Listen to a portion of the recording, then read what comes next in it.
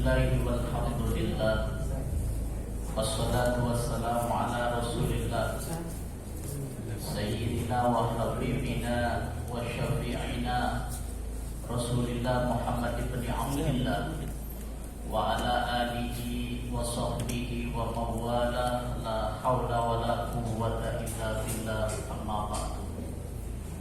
Qala Allah ta'ala fi Qur'anil Karim, a'udzu billahi minasyaitonir rajim, bismillahirrahmanirrahim.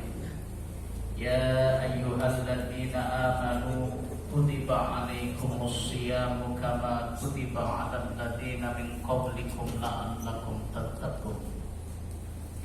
Wa qala aidan, wa amma man khafa maqama rabbih wa nahan nafsa 'anil hawa fa innal jannata hiyal ma'wa. Wa qala Rasulullah sallallahu alaihi wasallam, man shoma Ramadan imanan wa ihtisaban ghufira lahu ma taqaddama min dhanbihi. Wa qala aidan,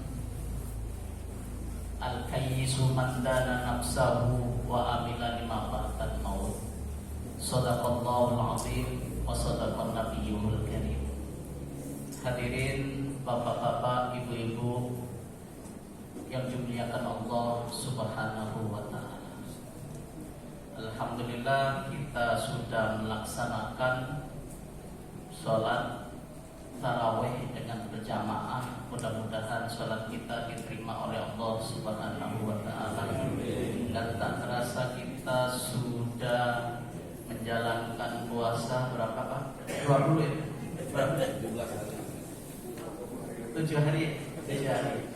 Nggak terasa sudah 7 hari. Mudah-mudahan ibadah kita diterima Allah Subhanahu wa ta'ala. Kita hari ini ngaji yang sangat populer, firman Allah Subhanahu wa ta'ala. Ngaji itu artinya ngatur jiwa, menata hati. Kalau dulu Hakim atau Abdullah bin Nastiar itu manajemen kolbu, bagaimana hati ini bisa ditata. Nah, bulan Ramadan ini merupakan menata segalanya, dan kehidupan kita semakin teratur ketika pada bulan Ramadan. Maka kita renungkan firman Allah Subhanahu wa ta'ala yang sangat populer, mungkin ibu-ibu, bapak-bapak sudah hafal. Allah berfirman, ya ayyuhalladzina amanu kutiba alaikumus siyamu kama kutiba alal ladzina min qablikum la'allakum tattaqun. Allah memulai firman Allah ini dengan kata-kata ya ayyuhalladzi. Ya ini di dalam Al-Qur'an merupakan panggilan mesra Allah. Allah memanggil mesra, Allah memanggil dengan indah. Di dalam Al-Quran itu pasti ada ya, itu artinya harfun nida. Harfun nida itu panggilan, huruf panggilan. Seperti di dalam Al-Quran itu gak pernah panggilan moko. Apa moko Pak? Panggilan yang nama orangnya langsung, pasti pakai ya. Kalau di Indonesia kan gampang, ada Muhammad panggilannya mat, ada Ihsan panggilan san gitu. Kalau di Arab nggak boleh. Jadi kalau manggil Nabi Ismail, ya Ismail, ya Ibrahim, Allah pasti memanggil begitu. Atau kalau manggil anaknya, ya bunaya, wahai anakku. Kalau kita punya anak, panggilannya tul gitu, seenaknya gitu. Tapi apa enggak? Ini merupakan harfun nida, panggilan mesra. Jadi Allah saja itu memanggil dengan kita ini dengan mesra Pak, dengan indah. Memanggil untuk apa? Ya ayyuhalladzina, wahai orang-orang yang. Kalau alladzi itu namanya isim mausul. Kalau di dalam tata bahasa Arab namanya isim mausul. Ini merupakan alladzina itu jamak. Tapi untuk pribadi, untuk individu ini. Kalau alladzi itu artinya yang, kalau alladzina orang-orang yang. artinya jamak, menyeluruh. Jadi Allah memanggil dengan kata-kata mesra untuk seluruh. Seluruh siapa?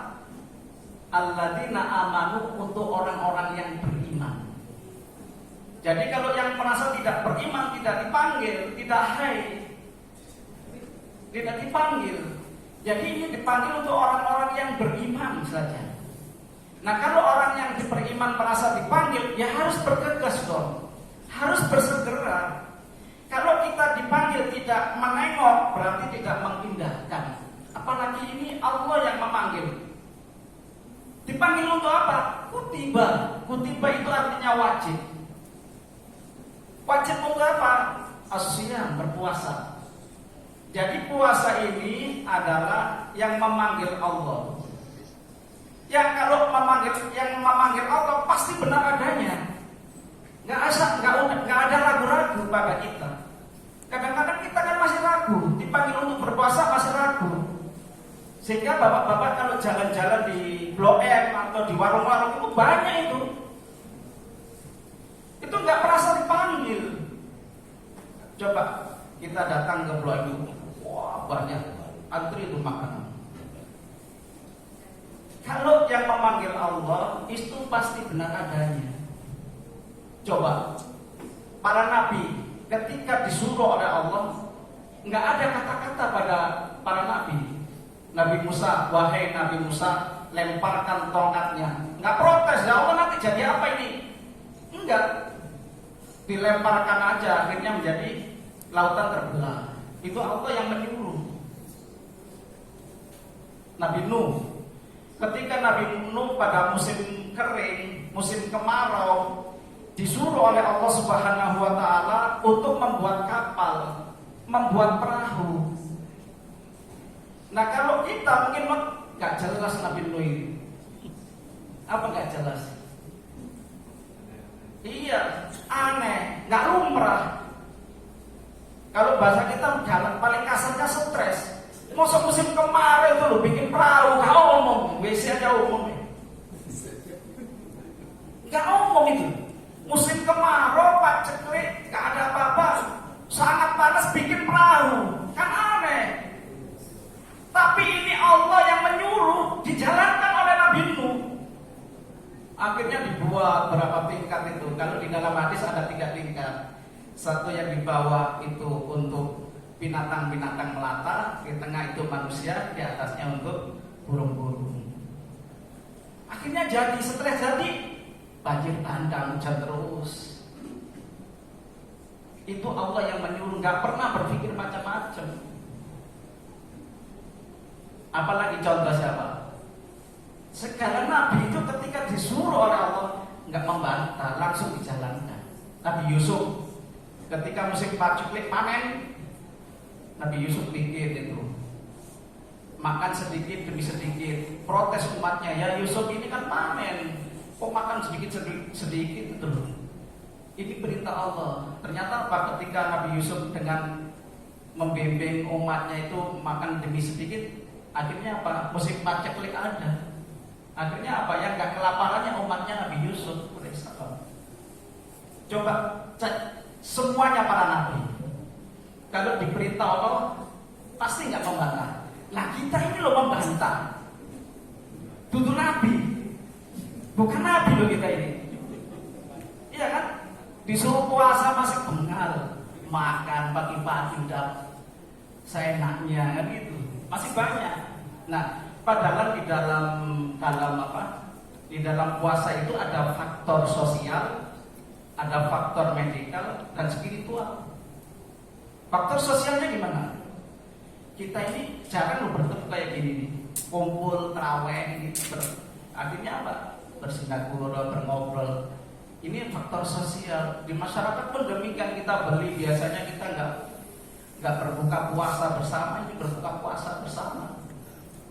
Bahkan di jalan-jalan kita berkomunikasi, sirkulasi apa rezeki itu muter. Ini faktor sosial, oh iya luar biasa ya. Faktor medikalnya ada nggak? Ada, bahkan jasmani dan rohani.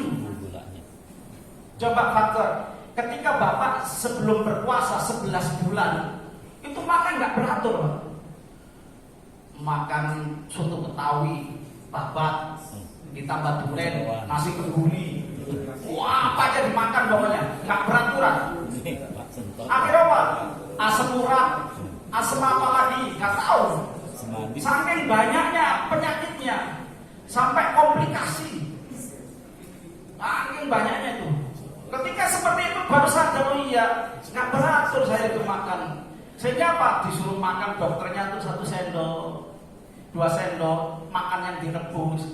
Padahal kemarin itu bangun tidur makan durian itu masih kuat, Pak. Sekarang ambruk. Iya, nggak beraturan itu.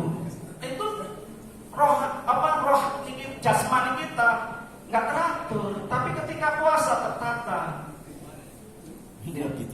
Tapi nggak dengan tertata rapi bisa biasanya nggak makan sejam segini, sekarang makan sekian teratur. Itu jasmani kan waktunya singkat, Pak ya. Berapa menit, Pak? 5 menit lagi. Ini kalau yang roti belum ya. 5 menit lagi. Jadi jasmani rohaninya juga iya. Biasanya kita ini rakus,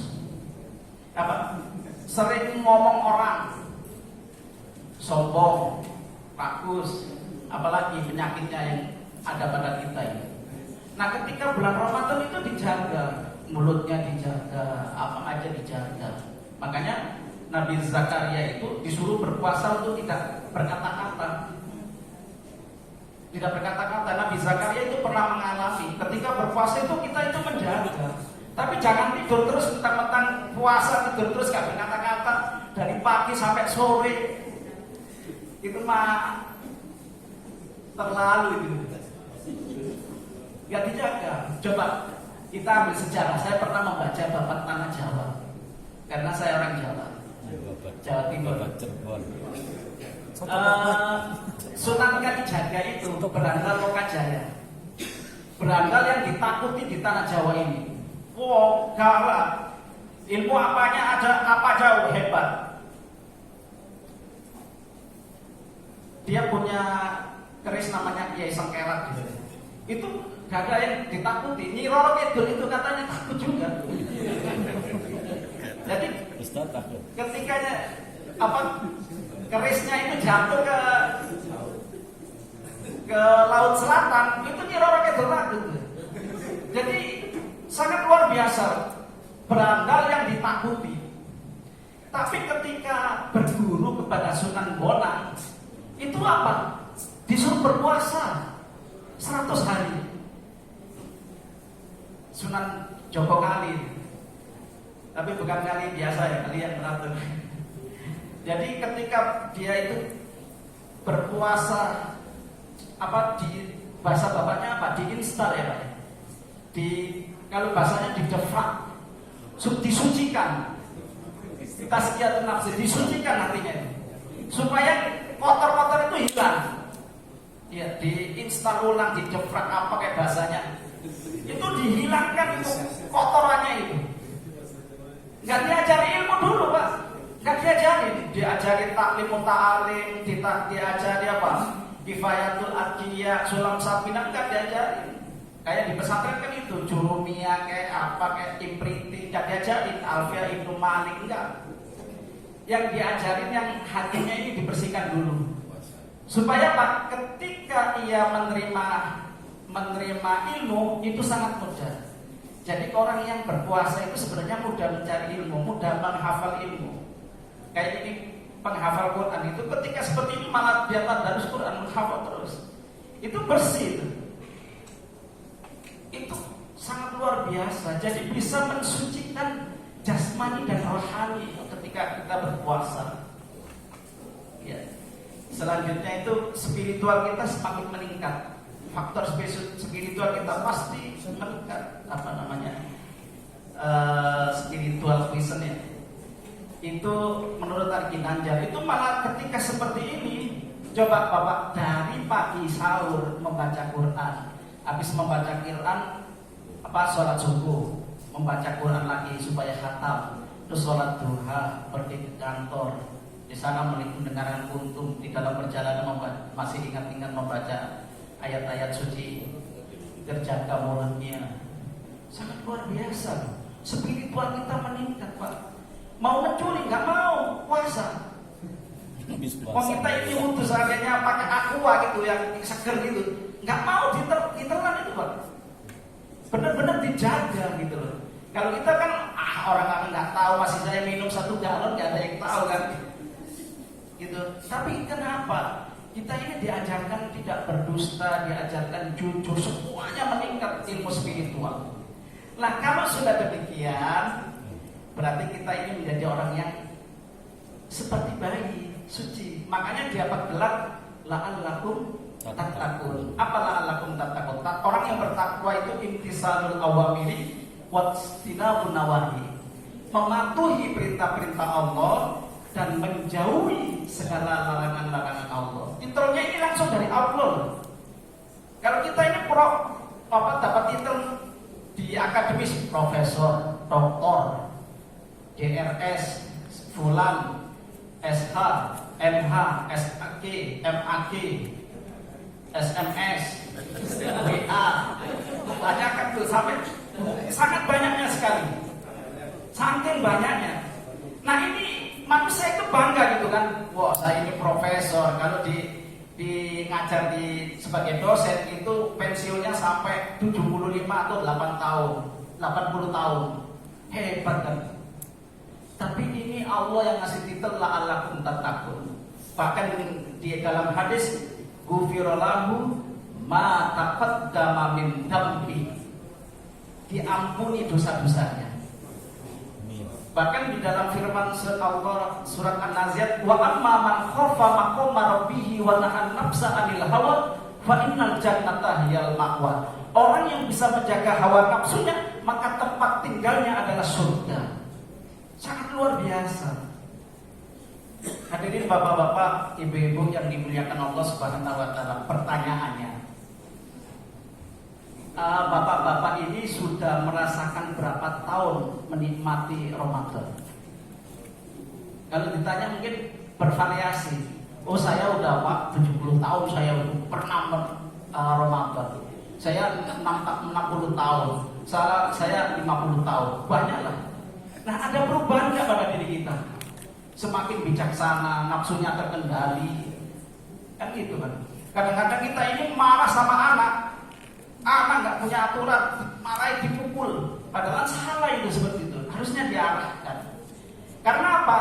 Anak disuruh niru kita, salah. Seharusnya kita yang niru anak. Karena apa? Kita pernah kecil dan anak kecil itu belum pernah sebesar kita.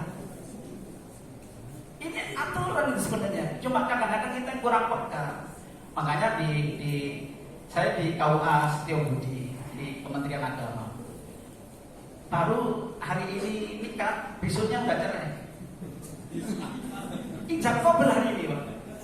Jadi jam 9 ijab kabul, besoknya datang ke saya, Pak, saya mau cerai deh. Gimana kok bisa? Karena apa? Suami saya itu kasar. Waduh kasar. Dalam apa ini kasar sih? Pikiran kita kan udah ngeres tuh. Main berulung aja lah. Nggak bisa menahan emosi, kadang mukul, kadang ini. Saya nggak bisa melayani dia, Pak. Orangnya kasar dan lain sebagainya. Karena apa? Nggak pernah komunikasi. Nah, emosi itu ketika seperti ini bisa diarahkan itu. Jadi Ramadan itu adalah mengarahkan hawa nafsu. Ketika kita bisa mengarahkan, surganya tempat tinggal kita. Karena waktunya sudah habis. Bapak-bapak, ibu-ibu yang dimuliakan Allah Subhanahu wa taala, mudah-mudahan semua yang hadir ini ibadahnya diterima Allah Subhanahu wa taala. Dan kalau punya penyakit, mudah-mudahan Allah angkat karena berkah Ramadan ini. Kurang lebihnya saya mohon maaf. Aku lumingkum bilang Assalamualaikum warahmatullahi wabarakatuh.